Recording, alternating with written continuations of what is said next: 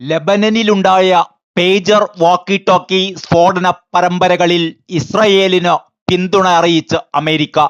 ഇറാന്റെയോ ഹിസ്ബുല്ലയുടെയോ ഭാഗത്തുനിന്ന് ആക്രമണമുണ്ടായാൽ ഇസ്രയേലിനൊപ്പം നിൽക്കുമെന്ന് US പ്രതിരോധ സെക്രട്ടറി ലോയ്ഡ് ജെ ഓസ്റ്റിൻ വ്യക്തമാക്കി. കഴിഞ്ഞ ദിവസം ഹിസ്ബുല്ല ഇസ്രയേൽ പോരിൽ തങ്ങൾക്ക് പങ്കില്ലെന്ന് വ്യക്തമാക്കി US രംഗത്തെത്തിയിരുന്നു.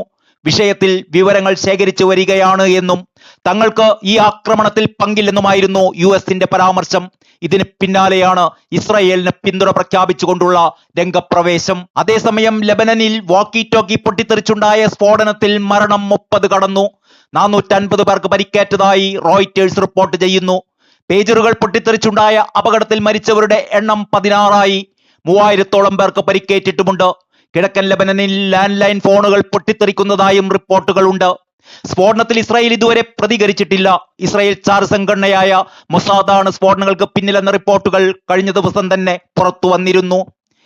ഇതിനിടെ പലസ്തീനിൽ 11 മാസത്തിലേറെയായി ഇസ്രായേൽ നടത്തുന്ന അധിനിവേശം 1 വർഷത്തിനകം അവസാനിപ്പിക്കണമെന്ന ആവശ്യവുമായി ഐക്യരാഷ്ട്രസഭ ജനറൽ അസംബ്ലി പ്രമേയം പാസാക്കി.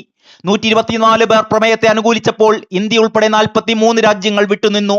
അമേരിക്ക, ഇസ്രായേൽ ഉൾപ്പെടെ 14 രാജ്യങ്ങൾ പ്രമേയത്തെ എതിർത്ത് വോട്ട് ചെയ്യുകയും ചെയ്തു.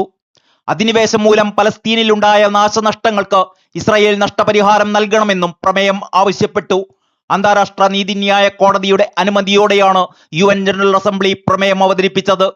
പലസ്തീൻ പ്രസിഡന്റ് മഹ്മൂദ് അബ്ബാസ് പ്രമേയത്തെ സ്വാഗതം ചെയ്തു.